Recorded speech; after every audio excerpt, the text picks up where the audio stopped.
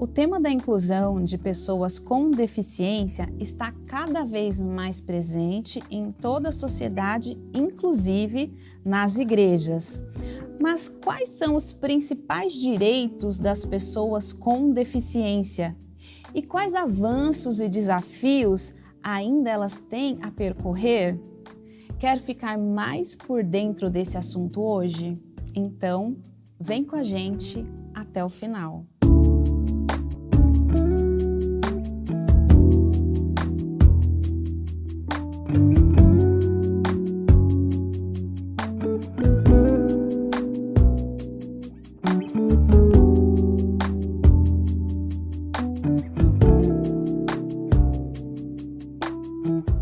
Olá, seja muito bem-vindo, seja muito bem-vinda. Você está no Inclusão Entrevista. Esse aqui é um programa da Secretaria de Inclusão junto com a TV Viva Promessa. O nosso desejo, o nosso objetivo é fazer chegar até você muito mais conhecimento qualificado a respeito do tema de inclusão de pessoas com deficiência. Que tal você fazer aquele favorzinho para a gente? Curte, comenta, compartilha esse programa aí nas suas redes sociais, nos grupos de WhatsApp da sua família, da sua igreja.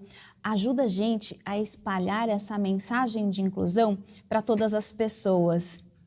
Você também pode fazer uma contribuição financeira aqui para este programa, para todos os demais programas da TV Viva Promessa e também para os projetos da Agência Humanitária Promessista. Sabe como? Sendo um amigo da missão.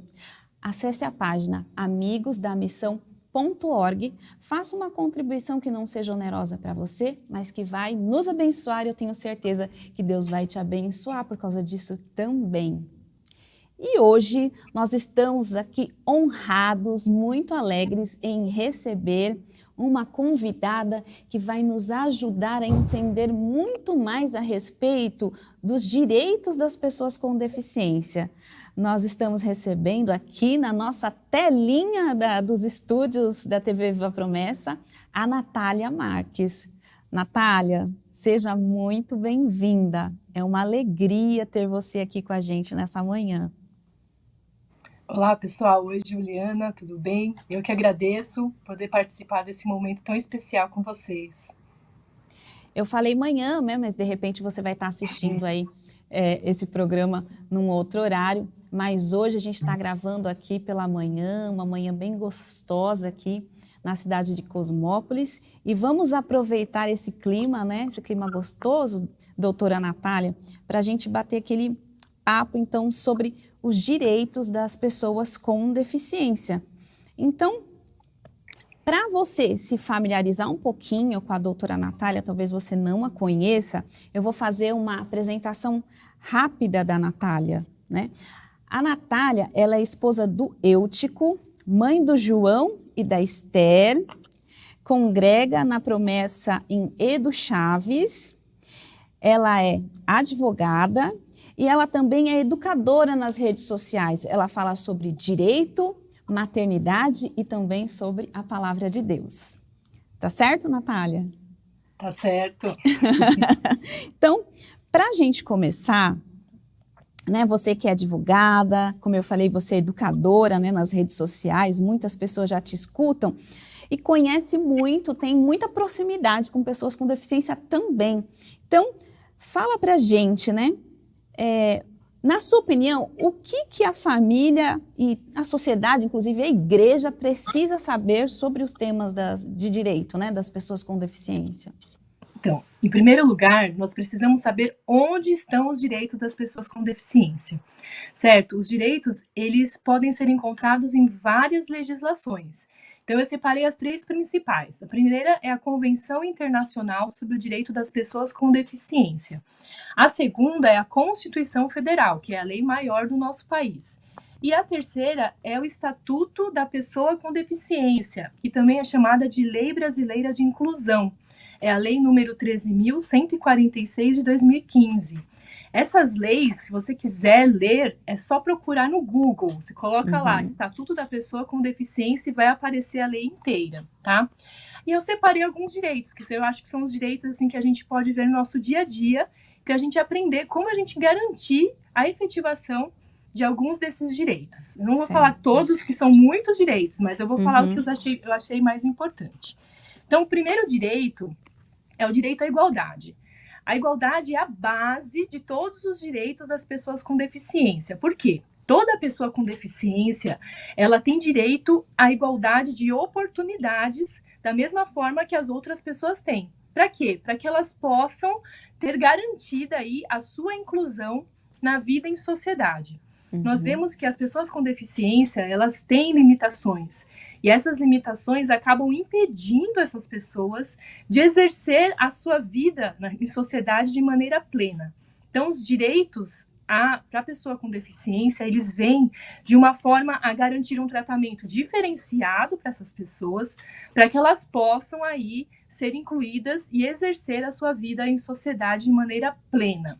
Então, eu vou falar alguns direitos que eu achei interessante para a gente aprender aqui e saber como pedir a sua efetivação aí na vida social. Porque a gente olha, as leis, elas são lindas, são maravilhosas. Só que na hora de executar essa lei é muito difícil, né? É outra realidade. Exatamente. Então, vamos lá. O primeiro direito que eu acho legal a gente conversar é a prioridade no atendimento. A pessoa com deficiência, ela tem direito de receber um atendimento prioritário, especialmente quando se tratar de algumas situações. Então, está lá na Lei de Inclusão, no artigo 9º, eles trazem várias hipóteses de prioridade no atendimento das pessoas com deficiência. Eu não vou falar todas, eu vou falar só as que eu achei mais importantes. Então, a primeira, proteção e socorro em qualquer circunstância. Então, se acontece alguma tragédia, alguma coisa que a pessoa com deficiência ela precisa ser atendida imediatamente, tá? Isso vale até mesmo em hospitais. Só que a gente tem que deixar aqui um adendo, mostrar aí que se chegar no hospital uma pessoa com deficiência e a sua gravidade não for tão urgente o atendimento, nesse caso, a gente tem que seguir o protocolo médico, que é o protocolo do hospital, que lá eles atendem primeiro as pessoas que chegam com maior risco de morte, tá? Segunda hipótese é o atendimento em todas as instituições e serviços de atendimento público. O atendimento prioritário tem que existir em todos os lugares que tem atendimento ao serviço público. Está previsto lá na lei. Terceira, restituição do imposto de renda. Se a pessoa com deficiência, ela declara o imposto de renda e tem algum valor a ser restituído, por lei, ela tem que restituir esse valor no primeiro lote de restituição. Tá escrito lá no Estatuto da Pessoa com Deficiência. E o último que eu achei legal a gente conversar sobre a prioridade são os processos judiciais em que a pessoa com deficiência ela for parte ou ela for interessada. Sempre que ela estiver em algum processo judicial, ela tem prioridade também na análise desse processo. Eu não vou dizer que essa pessoa ela vai passar na frente de todo mundo na fila dos prazos processuais. Não, ela vai seguir o prazo processual. Quando chegar o dia de analisar aquele processo, os juízes têm umas pilhas de processos para analisar. O primeiro a ser analisado vai ser o da pessoa com deficiência. Nossa, isso é importante a gente saber, né? Ter prioridade na análise e dos processos é interessante, eu não sabia. Doutora, assim, e quanto ao atendimento preferencial, esse que a gente vê nas filas do supermercado, no banco, né? Quem que tem direito, né? E qual que é o termo correto desse tipo de prioridade, né? De preferência. Então, a gente vê nas filas de banco, hospitais, mercados, né? O termo utilizado em todos os lugares é atendimento preferencial. Só que a lei, todas as leis não falam em atendimento preferencial, falam em atendimento prioritário. Tanto é que a gente tem uma lei que ela fala exclusivamente do atendimento prioritário, é a Lei 10.048. Pessoal, pegue a caneta e anota, essa lei é super importante. Ela traz aí sobre o atendimento prioritário e ela fala que é uma obrigação. O atendimento prioritário, ele quer dizer o quê? Que é o atendimento de uma pessoa em primeiro lugar, em condições de emergência ou necessidade. A diferença para a preferência é que a preferência ela pode ser uma escolha, né? Eu prefiro esse ou aquele, eu escolho qual que eu vou atender. O prioritário não, o prioritário é aquele em primeiro lugar.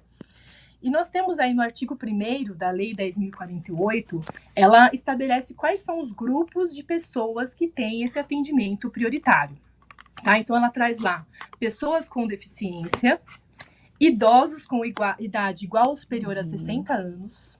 Aí ela fala idosos acima de 80 anos que possuem prioridade perante outros idosos. Então, a gente já coloca uma prioridade sobre outra prioridade, né? Nós temos as gestantes, lactantes, as mulheres que amamentam, pessoas com crianças de colo e obesos. E, gente, assim, o direito, assim, a gente tem que estudar todos os dias. Eu estava estudando para essa entrevista e eu vi que surgiu uma lei no dia 19 de julho. Então, super recente, tem um mês essa lei. E ela colocou mais 3 pessoas aí no atendimento prioritário. Ela incluiu as pessoas com transtorno de espectro autista, também como atendimento prioritário. E você pode até me perguntar, mas o autista não é pessoa com deficiência? Sim, ele é. Mas, no caso, a lei, ela incluiu o autista de maneira específica, para que quando eles colocarem lá no banco, por exemplo, e coloca atendimento preferencial, eles colocam preferencial, eles vão colocar o símbolo do autismo também. Então, quando o autista ele vê aquele símbolo, ele vai conseguir identificar a sua prioridade de maneira mais fácil. Interessante. Essa é a justificativa que o legislador trouxe, tá? E eles colocaram também mais as pessoas que têm mobilidade de locomoção, de redução de locomoção, e também as pessoas doadoras de sangue. Eu não concordo muito com a pessoa doadora de sangue, mas aí isso já fica outra conversa. Pois é, né? outra discussão, né? Outra discussão. E assim, uma coisa que a gente tem que esclarecer é que o atendimento prioritário, ele não pode ser apenas durante uma fila. Esse atendimento, ele tem que ser prioritário e diferenciado em todo o atendimento, em todo o serviço, tá? E uma coisa importante é que nós, né, que não temos deficiência, a gente tem que olhar com empatia também essas pessoas, porque muitas vezes a gente está numa fila e aparece uma pessoa com atendimento prioritário, a gente fica nervoso, né? A gente não quer conceder 10 minutinhos do nosso dia para essa pessoa. Então, nós, como cristãos, a gente tem que seguir o exemplo de Cristo. E a gente tem que dar o exemplo, né? E essa lei também, uma coisa legal que essa lei trouxe, é que ela fala assim, que se o local ele não tiver um caixa específico de atendimento prioritário, por exemplo, o que eu faço? Nesse caso, a lei diz que a pessoa tem que aguardar o que está sendo atendido e depois, a próxima a ser atendida tem que ser a pessoa com deficiência. Está escrito na lei. Então, imediatamente isso. Exatamente. Imediatamente após a conclusão do atendimento que está sendo realizado, tem que ser o atendimento da pessoa com deficiência. Então, o que eu faço? Gente, anota essa lei. É a Lei 10.048 de 2000. É no artigo 1º, parágrafo 4º. Anota num papel. Quando você precisar, você mostra para o atendente com toda a educação, né? Porque a gente tem que saber também como tentar efetivar esses direitos educadamente. Você mostra, olha, tem uma lei que me garante o atendimento agora. Eu já estou há mais de 10 minutos na fila, eu preciso ser atendida rapidamente, eu tenho deficiência, e mostra para a pessoa e tenta garantir o seu direito. Olha, então, anote aí, Lei 10.048/00, que é de É isso mesmo? 10.048, eu decorei certo, doutora? Porque, olha, quem é pessoa com deficiência, familiar, o cuidador, enfim, sabe como dá problema nessas questões de atendimento preferencial, atendimento prioritário, e é muito importante isso que a doutora Natália trouxe para a gente. Agora, doutora, pensando nisso, né, existem aquelas deficiências que não são visíveis, porque uma coisa é você olhar para a pessoa e identificar que ela tem uma deficiência, né? Algumas deficiências são visíveis, né? A deficiência física, enfim, mesmo a questão de ser idoso, algumas coisas estão evidentes, mas existem deficiências que não têm evidência, né? Então, você falou mesmo no caso dos autistas, pessoas com deficiência intelectual, pessoas com deficiência sensorial, não é mesmo? Então, nesses casos, como lidar, né, com essa questão das deficiências ocultas? Como que a pessoa pode lidar, como enfrentar isso? Então, é uma questão muito delicada, porque dependendo da forma como você chega numa pessoa, por exemplo, que tem deficiência oculta numa fila, pode causar um constrangimento para essa pessoa que tem a deficiência oculta. Por conta disso, foi criada uma lei nova também, de 17 de julho de 2023, é a Lei 14.624. Ela formaliza o uso de uma fita, é um cordão que tem desenhos de girassol, como se fosse um símbolo de identificação das pessoas com deficiências ocultas. Então, assim, a pessoa que tem deficiência oculta, ela coloca esse cordão e ela vai mostrar para os outros que ela tem uma deficiência e, por isso, ela tem que ter um atendimento prioritário, um atendimento especial. Essa lei gerou muita polêmica. Por quê? Tem algumas pessoas com deficiências ocultas que elas não querem mostrar que ela tem a deficiência, ela quer continuar oculta, e é um direito dela, certo? E há também quem entenda que essa questão do cordão é só uma forma de vender mais cordão, do governo ou outras empresas ganharem dinheiro com cordão, e que as pessoas vão usar o cordão como modo de apoio a uma causa, apoio à causa das pessoas com deficiência, e não com o objetivo de mostrar que é uma pessoa com deficiência e trazer aí esse benefício para a pessoa, certo? Então, é uma questão assim que ainda é muito polêmica e é bastante recente também. Então, a gente tem que ver como que o governo vai lidar para divulgar essa nova questão, para divulgar essa fita ser usada e como vai ser aceita pela população, né? Seria uma saída, ou não, ou seria um problema maior. A gente vai ver como que vai acontecer no dia a dia e na prática, porque as pessoas têm que saber que existe esse cordão, para que ele existe e para que ele possa ser efetivo, né? Então, está em construção isso, né, doutora? Está em construção ainda, é algo para tentar resolver um problema, vamos ver se vai conseguir, né? E ainda sobre a prioridade, eu trouxe uma última questão que eu achei bem bacana, que é a prioridade no trabalho. Então, as pessoas que são pessoas com deficiência e elas trabalham como empregados numa empresa, se o empregador ele resolve colocar na empresa o trabalho em home office, o trabalho remoto, a primeira pessoa que tem que ser informada e perguntada se vai querer trabalhar em home office é a pessoa com deficiência. Então, isso é lei. O empregador ele tem que oferecer o trabalho em home office, em primeiro lugar, para a pessoa com deficiência. Eu achei, essa também é uma lei nova, que é de 2022. Eu achei bem bacana trazer para as pessoas saberem que ela existe e que é um direito que você pode optar em primeiro lugar se vai querer ou não o trabalho remoto. Agora nós temos outros direitos, tá? Que eu achei legal trazer é sobre o direito à saúde. Então, as pessoas com deficiência, elas têm direito a um atendimento à saúde. O direito à saúde, gente, ele é um direito universal. Aqui no Brasil, todas as pessoas têm direito à saúde, independente de qualquer condição. Independente da situação econômica, se é rico, se é pobre, não tem condições. Ele é universal. E a pessoa com deficiência, ela tem esse direito. O direito de receber cuidados de saúde de qualidade, cuidados inclusivos e acessíveis para que garantam aí que as suas necessidades sejam atendidas de maneira adequada, tá?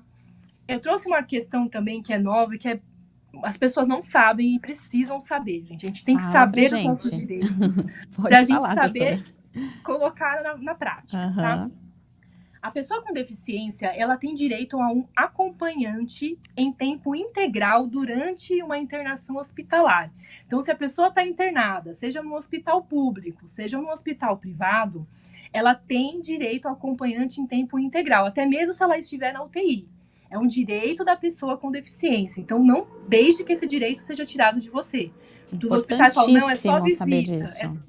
É só a visita, não é só a visita. Eu tenho direito ao acompanhante. O acompanhante pode ficar o tempo todo com a pessoa com deficiência.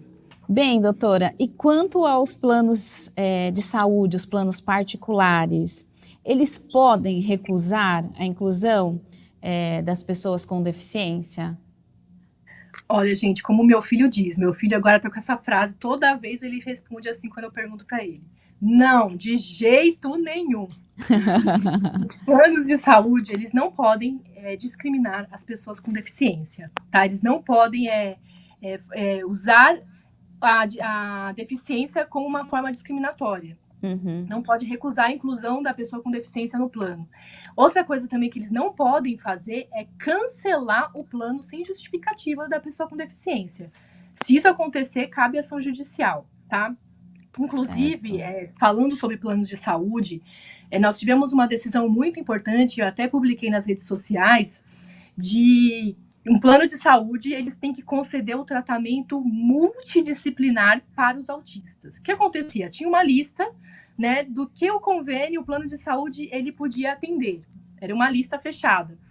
E aí, algumas atividades, alguns tratamentos, eles não cobriam, porque eles falavam que não estava nessa lista. Então, teve uma mãe de uma criança autista, ela entrou na justiça pedindo, porque foi prescrito para o seu filho musicoterapia. Ela entrou na justiça pedindo aí a musicoterapia para o filho.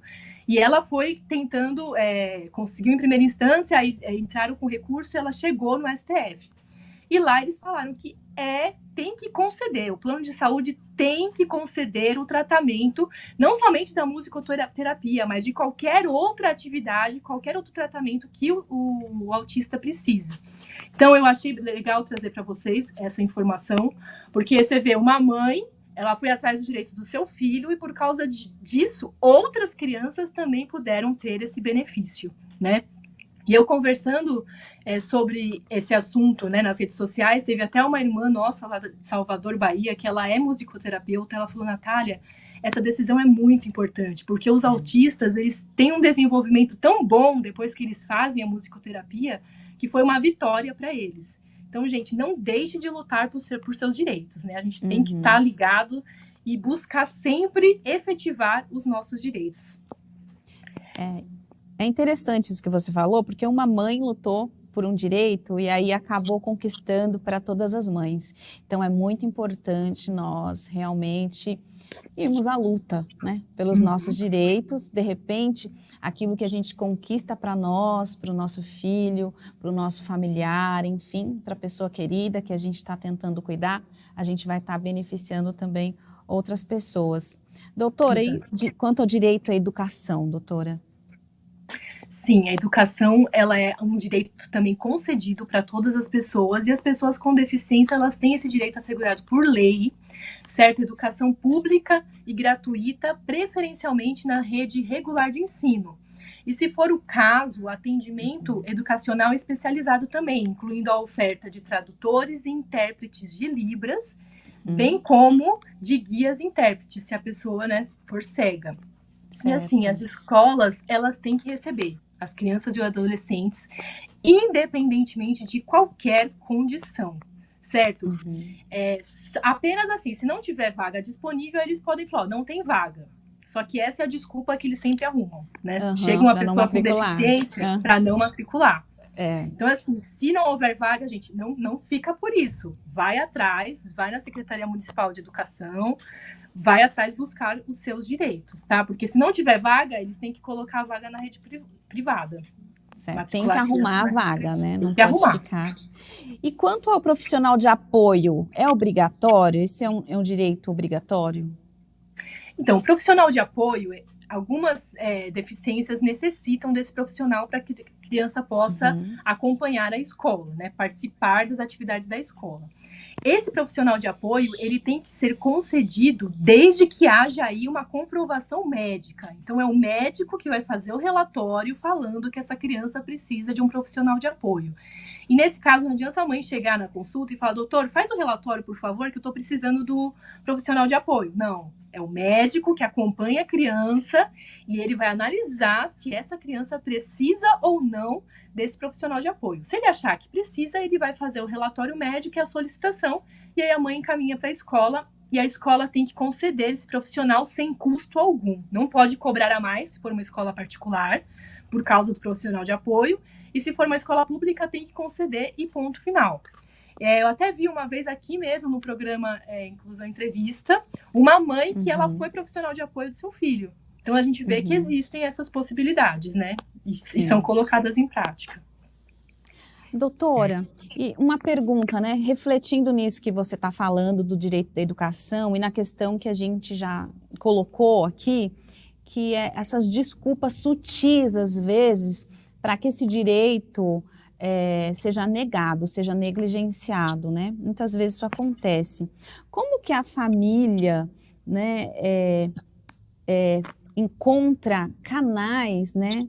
Onde ela encontra apoio para lidar com situações como essa, né? Para que esses problemas possam ser enfrentados. Então, esclarece aqui para nós, para as pessoas que estão nos assistindo, onde elas podem recorrer, né? Que lugar que elas vão, onde elas podem telefonar, enfim, o que elas podem fazer para recorrer desse tipo de situação, doutora? Então, é assim, dependendo do que foi negado, né? Você sempre tem que procurar o órgão superior. Então, foi negado aí o acesso à educação. Você tem que procurar a Secretaria de Educação, a Municipal de Educação, se for no setor municipal. Você procura todas as partes administrativas. Se mesmo assim o direito for negado, aí vai ter que procurar uma questão judicial, vai ter que procurar um advogado. Então, pode ir na Defensoria Pública, ou na OAB, que lá eles também prestam assistência judiciária gratuita. E se você tiver condição financeira de pagar um advogado, tem que procurar um advogado e buscar o seu direito no judiciário, gente. Não tem jeito, a gente tem que buscar o direito, não pode deixar por isso mesmo. Porque as pessoas, os órgãos, eles fazem de tudo para que você não alcance. Não, mas onde tem esse direito? Por isso que eu falei, anote o direito, anote a lei e mostre, ó, tem essa lei aqui, ó. Porque às vezes até a pessoa que está atendendo não conhece a lei, né? E aproveitando que a gente está falando de situações difíceis, doutora, e aí o clima fica tenso, né, quando a gente fala de situações difíceis, mas vamos deixar ele um pouquinho mais tenso, em relação à discriminação contra a pessoa com deficiência, doutora. O que é que caracteriza o ato de discriminação e como que a pessoa com deficiência, o seu familiar, enfim, o seu cuidador, como que eles podem reportar isso, né? E qual é a pena nesses casos, doutora? Gente, discriminação é algo muito sério, né? E ela é motivo aí de crimes. A gente não sabe, mas a gente tem que saber, agora a gente vai aprender. O Estatuto da Pessoa com Deficiência e a Constituição proíbem a discriminação de qualquer forma. A discriminação da pessoa com deficiência é uma discriminação que ela é baseada no corpo da pessoa. Então, é assim, é da mesma forma que o racismo. O racismo é baseado na cor. A deficiência, a discriminação da deficiência é baseada no corpo. A discriminação nem sempre ela é facilmente identificável, né? Por exemplo, aí a escola, que ela impede a matrícula de uma criança com deficiência, ela está praticando aí um ato discriminatório, né? Se essa discriminação, se esse empecilho for decorrente exclusivamente da condição da criança ser aí deficiente.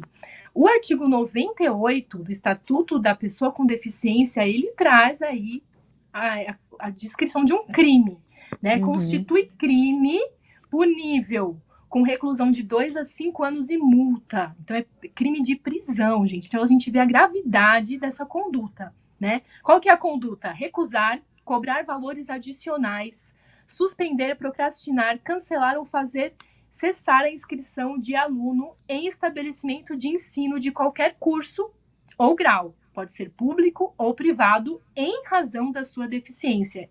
E o mais grave é que, se o crime for praticado com pessoa com deficiência menor de 18 anos, essa pena vai ser agravada de 1/3. Então, gente, é crime. Discriminação é crime. Impedir o acesso de pessoas com deficiência à educação é crime. Outra coisa, o parágrafo 3º desse artigo diz que incorre nas mesmas penas quem impede ou dificulta o ingresso de pessoa com deficiência em planos privados de assistência à saúde, inclusive cobrança de valores diferenciados. Então, não é somente a questão de conceder o direito, é a questão que é crime. Nesse caso, o que a pessoa tem que fazer? Se isso acontecer, tem que procurar o Ministério Público para fazer uma denúncia, não somente na parte civil, procurar efetivar o seu direito, mas também denunciar no Ministério Público ou ir numa delegacia, fazer um boletim de ocorrência para que essas pessoas sejam punidas. Porque os responsáveis que estão praticando o ato têm que ser punidos, para a gente ver aí a gravidade do caso. O artigo 88 também diz sobre discriminação de pessoas com deficiência. Ele fala em praticar, induzir ou incitar a discriminação de pessoas com deficiência. A pena será de reclusão de 1 a 3 anos e multa. Nesses casos, quando as pessoas com deficiência são colocadas em condições vexatórias nas redes sociais ou em público, também são questões aí que caracterizam crime. Certo. questões difíceis, né? Questões delicadas, dispendiosas, mas é importante a gente saber e é importante a gente correr atrás desses direitos, né?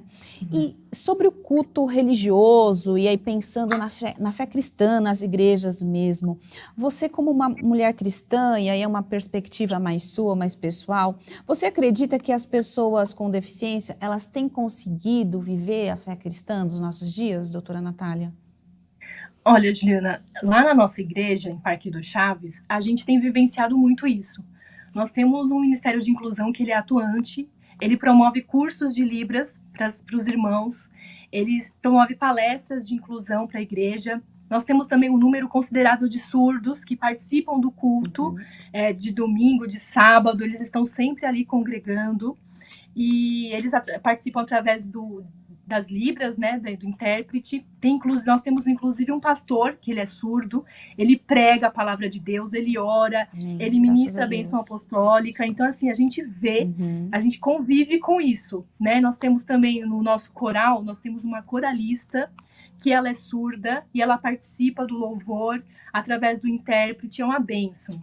Nós temos também no Ministério de Crianças e Adolescentes, nós temos crianças com deficiência física e auditiva que também são recebidas, são acolhidas, participam ali das atividades com as demais crianças.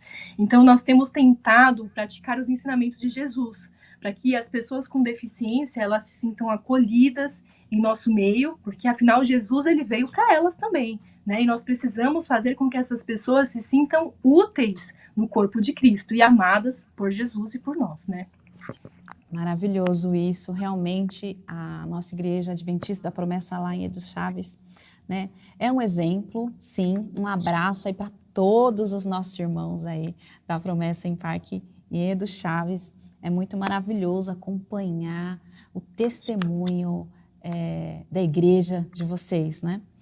E doutora, aqui caminhando já para o final da nossa conversa, que está assim super interessante, a gente está aprendendo muito aqui com você hoje. Doutora, olhando para o futuro, imagina se você pudesse tirar uma foto do amanhã, né? Como é que você acha que a gente vai enxergar, como a gente veria, né, o direito, a inclusão das pessoas com deficiência, né, a participação social? Como que é isso? Qual é a sua expectativa assim, para o futuro nesse sentido? Olha, Juliana, eu vejo que a inclusão cada dia mais ativa, né? Porque nós vemos que antigamente os pais de pessoas com deficiência, o que eles faziam? Eles tinham vergonha dos seus filhos, né? Eles acabavam escondendo as crianças da sociedade, eles eram marginalizados e discriminados dentro da sua própria família. Hoje, o cenário é outro. A gente vê os pais, eles são ativos, eles fazem de tudo para que os seus filhos tenham uma vida normal, eles, que sejam inseridos na vida em sociedade. Os pais lutam pelos direitos dos filhos. E nós vemos também a evolução das leis, né? O Estatuto da Pessoa com Deficiência, ele é uma lei nova, relativamente nova, de 2015, e nós temos muitas leis novas. Vocês viram que eu falei de leis que tem um mês, que foram publicadas e sancionadas. Então, eu vejo que a participação e a inclusão dessas pessoas, assim, pelo direito e pelas atitudes de nós, né, como cristãos e de toda a sociedade, é cada vez assim melhor, cada vez estarem mais incluídos e mais participativos na sociedade. E você acha, doutora, que nessa sua foto, programas como o nosso aqui, esse bate-papo que a gente está tendo aqui no Inclusão em Entrevista, você acha que é importante a gente ter espaços como esse, que a TV Viva Promessa abre para a gente? Né? O que você acha dessa relevância, doutora? Não, programas como Inclusão em Entrevista são programas assim abençoados e são programas de utilidade pública, extremamente necessários para afirmar a nossa fé e o nosso entendimento sobre inclusão.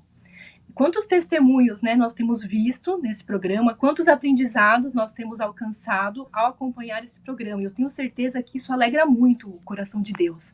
E a nossa igreja, ela está de parabéns, né, por manter um projeto tão rico como esse, tão importante e essencial para a nossa comunidade. E o nosso papel é valorizar essas ações, né, que a igreja faz. Nós temos que curtir, nós temos que compartilhar, nós temos que mostrar para que mais pessoas possam desfrutar de temas e assuntos tão importantes como esse. Ai, amém. Tá vendo? Vamos fazer um coraçãozinho para a doutora Natália, né? Ela merece, olha só.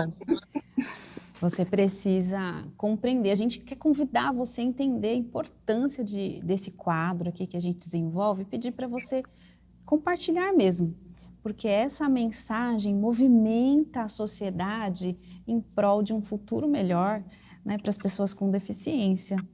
Doutora Natália, para a gente terminar, eu gostaria que você deixasse uma mensagem para todos que estão conectados com a gente, suas palavras finais e sua mensagem mesmo final para esse programa, para essa entrevista.